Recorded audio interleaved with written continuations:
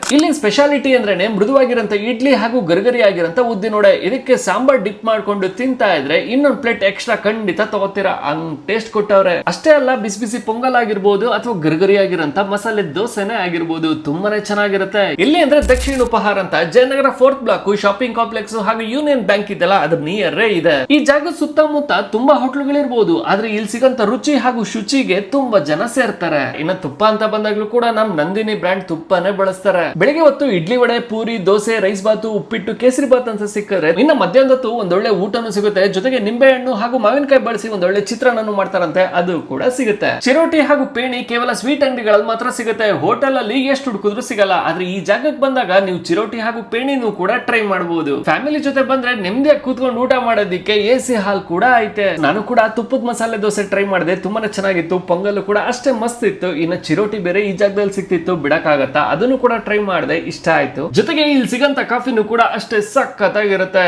ನೀವೇನಾದ್ರೂ ಈ ಕಡೆ ಇದ್ರೆ ಒಂದ್ಸತಿ ಟ್ರೈ ಮಾಡಿ. ಮತ್ತೆ ಸಿಗುವ, ಬಾಯ್.